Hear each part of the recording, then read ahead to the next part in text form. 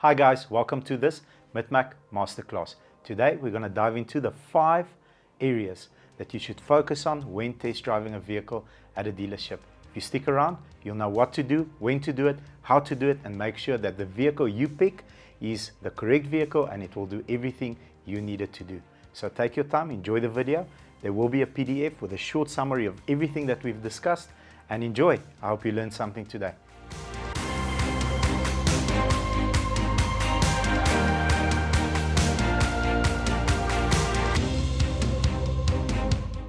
With me, as always, we've got Anna-Marie Meyer, the Group F&I Manager at Midmac Motors, and Eddie Machale, who is the Branch Manager at Midmac 1. Are you guys ready to give some value? Yes, we're ready. Let's go for it. Let's go. Eddie, we're going to jump into it with you. Number 1, research the car, research the dealership before you go and test drive the vehicle. So, off camera, we were having a discussion, and your analogy is beautiful. Please share it with the crowd. I hope everybody enjoys this. Listen carefully, don't miss this. All right, so I would want us to look at it this way. Remember, you're about to make the second most biggest investment of your life. Correct. So obviously after buying your vehicle, the next biggest buy is most likely to be a car, right? So why would you not do your, after a house, your car will be your next biggest investment. Absolutely. Why on earth would you not want to make sure of that? You need to do thorough research there, all right? So remember, this is more like you're about to get into a relationship or a marriage. A marriage, right? Okay. So obviously, in this arrangement, the car being the wife, if you're about to marry, or the husband, if you're a woman. And who's the dealer in this relationship? The dealer is definitely the mother-in-law. So you need to pick the mother-in-law correctly. Look, that person has a big influence in how the marriage is going to play out. So you have to be very sure of as well. So you want to make sure of this. You want to make sure that you're buying from a reputable dealer. How do you do that? You need to do your research. We live in the world of technology, so lucky for us today, there's third-party platforms where you can always verify. Hello Peter being the biggest at the moment. You want to go on Facebook. You want to hear what people that usually buy from that dealer say about the dealer. Everybody has gotten an experience, obviously, with the dealer. There's a reason why you're there. People have been there before you. You need to know how they've been treated, how's the product actually treating them in that moment. So just to dive into that, you want to know what people that have purchased from that dealership before have to say about that dealership. Yep. How was the experience? Yes. Okay. I mean, there's every platform at your disposal. What I usually do personally, I'd always press every button that's in the car as well. Remember, the price also includes every button that's in there. Of course, and it should work. Yes. It should work. We want to do our analysis as well. There's definitely a reason why you get in that vehicle. That vehicle must fit into your lifestyle. Yeah. So you need to see that everything that you need, everything that you use on a daily basis is part of the value that you're paying for. 100%. Yeah, so please check the mother-in-law before you marry. So I think, team, before we continue, I think you need to have a strong foundation when test driving a vehicle. Don't waste your time, going to a dealer where the car is either not suiting your lifestyle. If you need a 7-seater car, buy a 7-seater car. Or again, from a dealership that doesn't have a good reputation, because you don't want the angry mother-in-law the whole time, or when you go and seek help or seek counsel, you get shown off. So I think, do a proper needs analysis, proper research on both car and vehicle before you take it further. Yeah, just to add a point there. Remember, when stepping into a dealership, you're stepping into a home, right? Yeah. The kind of relationship you can secure from that home depends on how you are received on that very same day. So whilst you are there, you need to observe. Obviously, a dealership should appreciate to have you as potential business, as a client. Absolutely. And should be willing to start that relationship with you. So you also want to analyze that as well. Absolutely. Thank you. So when and where should you take a vehicle for a test drive, and why? What's the best practice that you've seen over the years? When and where? My advice would be during the week. You know why? Weekends, first of all, dealerships are very busy over weekend. They work shorter hours, and most dealerships don't allow test drives over a weekend. So you're just going to get to the dealership, and it's already extremely busy. Everyone is in a rush. All the clients need to be served in a shorter period of time. Where if you do it, and you as the client, you might be on your way to a 5-year-old birthday party, you might be on your way to the rugby, so it's a bit of a rush and your mind is not there. Whereas if you do it in the week, you know it's longer hours, the dealership will have the time for you. They do allow test drives. And then secondly, you've got to put up enough time to do that test drive. How much is enough time? Well, at least you need to spend an hour on that floor with that vehicle. With the salesperson, obviously you're going to build relationship. The same as what he said. Have a feel for the family we married family, into. the dealership, the mother-in-law, and then that vehicle. And you must probably going to look at more than one vehicle at that same point of time. But you need to be relaxed. Yeah. So Monday to Friday, midday, you need to see the vehicle in the sun. Very important. Very. I think paint work and quality of car differs, especially with all these fancy pearlescent colors. Yes. Have a look at the vehicle in the shade and in the sun. So Yes, stop you've at a got. mall. And one thing that I've seen, walk away from the car. So stop at the mall in a parking lot and walk away from the car. away. Have a look at it from a distance. Are all the colors matching up? Is everything looking fine? And that's very important. And few people do it. Never view a vehicle in the rain. Never. No, agreed. 100%. Because you can't see anything in the rain. The worst car will look good in the rain. Yeah. You'd never do that. I think if you arrive at the dealership and it rains, we can't control the weather. But what we can do is do the test drive, do your thing, and ask the dealer if they can bring the vehicle for you tomorrow, or have a look at the vehicle for the second time when it's dry. Nowadays, absolutely. Nowadays, you must probably find a quality dealership that's got undercover parking, where the That's- vehicle will be wiped off. Yeah. If you ask, they will do it for you. 100%. So you can still allow the test drive, yeah. but view the vehicle. Open up the bonnet, open up the doors, have a look at the paint marks, because you can see it. But my suggestion, do it in the week, Okay. not weekends. Week, take an hour of your day. It's a very big purchase. Second highest purchase that you make in your life is your vehicle. So take your time. My second drive, the salesperson didn't understand this. My second buy, my apologies. What I did is I asked to drive the vehicle. I also wanted to be a passenger sitting at just behind the driver. That's where your kids will sit. Yes. I also wanted to fill the vehicle Of course. on the passenger seat. And that salesperson wasn't sure why I was doing that.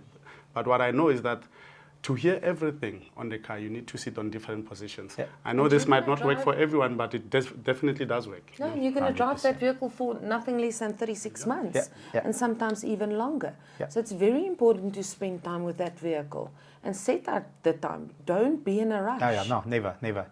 This is a very serious decision. You need to give the full attention and respect to it. Definitely. Yeah. I've got the third point, and bear with me with this point. Don't just drive the car that you're intending to buy. So, for example, typically I'll have return customers come to me. You know, it's your wild guy that says, I'm upgrading my Hilux and I'm buying another Hilux. Say, awesome, sir. What do you have? You driven a Ranger? No, I don't want to drive a Ranger. Why not? Have you driven one? No, I've never driven a Ranger. So why don't you like it? Because of something your neighbor said. Let's go for a test drive. When he says it doesn't drive, but have you ever driven a Navara? No, I've never driven. Can we please drive one? Yes, we can. Then we go and drive a Fortuner. We drive 2 or 3 vehicles, and then we drive the vehicle that he came, intended to buy, or he was intending to buy. Then I ask him, based on what you felt from the other vehicles, is this still the right decision? Yes, Bobby, it is. And then in my heart, I've got peace. And 99% of the time, you're still going to take the one that you initially came in for. Yes, But yes. at least once you've taken delivery of that vehicle, you've got peace of mind. Absolutely. As a client and as a dealer, I feel secure because I know that client is 100% sure He's on on what the he right bought. product. Yeah, He's on the right product. because Because that's what he wanted. if he's not on the right product, the experience will be bad afterwards. So he'll have an ill feeling for the salesperson didn't do a proper needs analysis. Shucks, my neighbor bought XYZ, I should have bought that. Yeah, So I think just had it. I think test driving, even if you're intending to buy a Kia Picanto for your daughter, drive a Kia Picanto, drive a VW up, maybe drive a Polo, drive 3 or 4 different cars, and then make a decision on, yes, this is the right vehicle for me. I'm happy with my decision. and boom, you can continue going And forward. what's nice about the second-hand market, you can actually choose in a value and drive different variants. Yeah. So it could Yeah. be a more expensive actually car, or a bigger vehicle and Yeah. a smaller vehicle. Do we need a bigger vehicle, or And is this being- too small? Exactly. Yeah, I remember earlier on somebody said, remember, you don't know what you don't know. So just before you make that final decision, Yeah. find out what you don't know first. Yeah, Because a lot of people come in and they say, I want to spend 150,000 Rand, I want to buy a vehicle for my daughter, and they've already did a bit of research, and it's only in this bracket, and they're looking for a smaller vehicle. And then once they've started test driving the variants, they actually realized, gee, I can put my child into something bigger for the same the same price, price, for sure. maybe 1 year older. And many times, I'm looking for a car for my daughter. I said, sir, she's still coming? Where is she? Yeah. No, she's not here. No, Okay, where she's is got she? it. No, she's at home. Okay, awesome. Let's go to your house. Because you don't want that child's first experience. Unless it's a birthday present. Yeah, then Yeah, you get that then a it's lot, you, yeah. you do get that it. a lot. You do But get it, yes, but the, otherwise pick up the child. yeah, pick up the child, make sure the child's comfortable. Even if they want to start learning how to drive in that car, the child needs to experience everything and say, I'm very excited, we can move forward. Awesome. Asking questions. So what advice can you give the consumers out there about the test drive and when it comes to asking questions? There's a lot of things that you can find out on the internet in terms of manufacturer spec, but there's a few things that are unique to that specific car. What do you suggest when it comes to asking questions? Let's look at it this way. There's definitely a reason why you don't just walk to a dealership, look at the car, swipe, drive, and leave. There's a reason why there is a specialist who in this case, that's the salesperson. The salesperson is there to actually navigate you to the right decision. Make use of them. During needs analysis But time. make a list. Yes, the commission that is earned is through helping you as a client to make the right decision. So that person is there at your disposal to answer every question that you might have. And I mean, before even arriving at your final decision, you want to ask every question. Ask it twice if you have to. Ask the same question 3 times if you have to. You know, ask a third opinion. So getting into that, you know, it's very overwhelming and exciting when you arrive at the dealer. It's the car. You've got the goosebumps. You're gonna experience this. You didn't sleep last night because I love cars and it's an exciting process. I've sold thousands of cars. I've driven everything under the sun. It still gives me that goosebump feeling when we sell a vehicle to a customer, when we trade one in. What I've seen works in the past for me in different areas of my life. This is my career, so I'm you know, it's natural to me. I know the lingo, I know what to ask for. But a question like service history, accident history, reconditioning reports, or what has been done to that vehicle. How many owners? How many owners?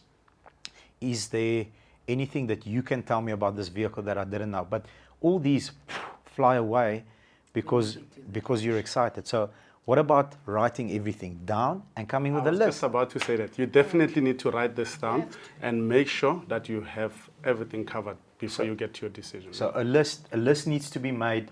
You need to go and check, green tick each and every single point on that list and make sure that, what about if the salesperson cannot answer a certain question? Then definitely you're not getting the service that you deserve. There's definitely someone there that should be answering those questions. There should And be if a they can't, manager. they need to pick up the phone And go and find out. Yeah, absolutely. Because you can find out anything on the vehicle. If you're not sure if this is the second, third, or fourth owner, find out, because you can. I'm most likely to ask for a manager in that situation. 100%. This man is not able to answer my No, questions. but a That's- sales executive is supposed to stand up and say, sales get you the manager, info. Yeah. yes, branch Yeah. manager, can you please assist? These are the kind of things that my client would like to know. Yeah. But you need to ask service history, accident damage, if you're the third or the fourth owner, you need to know these kind of things. Okay, the actual test drive. We've done our research. Do it on your own grounds. What does that mean? If I would test drive a vehicle and I live on a plot, a farm, I would like to test drive my vehicle on the gravel road, So Makes for sense. me to take that vehicle out and just go around the block, it's not going to help me anything. For sure. So I need to first of all test it on my own grounds.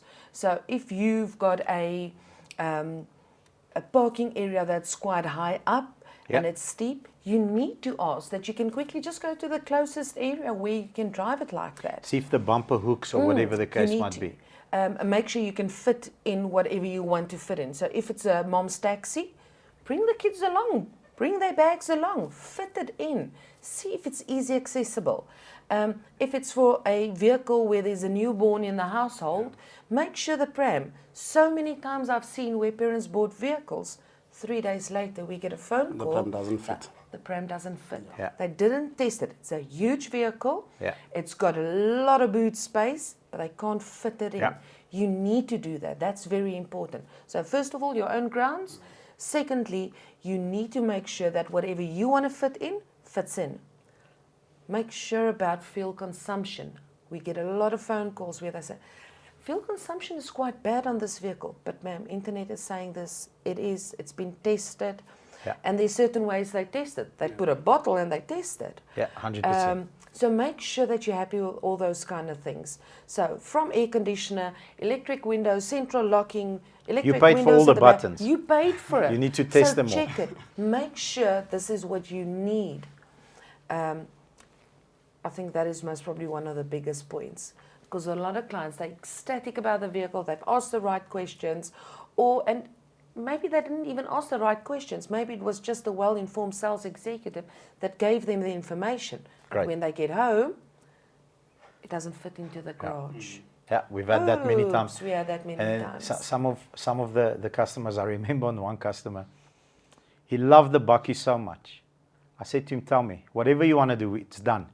We took off the nudge bar and the tow bar to be able to fit into the garage. So Unfortunately, none of those vehicles that you've just mentioned fit into A the standard normal garage, new yeah. standard Yeah. garages. So that is something that you need to. But you're so excited, and I can understand it. I've made many mistakes in my life, and then you get there and it's like, oops. So what do you do if you don't know if it fits into your garage? You go there. You drive to your house, you put it in a Ask. garage, close the door. Definitely. Obviously, if you live very far, it's a different situation. Yeah. But Take the then measurements, it's start taking measurements or ask. And that is one thing that we've had before. Ask the sales executive for a video of the vehicle, round trip. Ask them for the measurements. Yeah. Ask them. Yeah. So if you can't find it on the internet, ask even before you go there. So by the time you get to the dealership, you know you've done all your homework. 100%. Although it gets to be challenging for dealership, she mentioned she drives gravel road. She'd want to check if the car can do gravel road. But there's also Vincent, my friend here, who races at Voortrekker. What he wants to check is But will you allow them? As long as it's in conditions that are with in conjunction with SAPS and Metro, then it's allowed to be tested. Will you allow me a test drive on a Sunday afternoon? In the In Gazina Voortrekker area. Road? No, ma'am, we are closed on Sunday. You're welcome to do it. You gave us the tip now. During the week, during working hours, Yeah, you're welcome. Sorry, block myself. Block yourself. Guys, I hope you enjoyed this. I hope it was informative. Please, we see it many times. Customers have bought a car. They are unhappy with the vehicle because they're simply on the wrong product. They never took the time to go and test drive the car. We've had situations where the vehicle drives either too hard or too soft or it's too ship-like on the road. Take your time, 30 minutes to an hour minimum, and drive it in all the conditions. So if you like the video, if you thought it added value, please hit the like button. Also, do subscribe Subscribe. and ring the bell. or ring a bell. Yeah. Thank you very much. Thank Enjoy you. your day, guys. Bye-bye.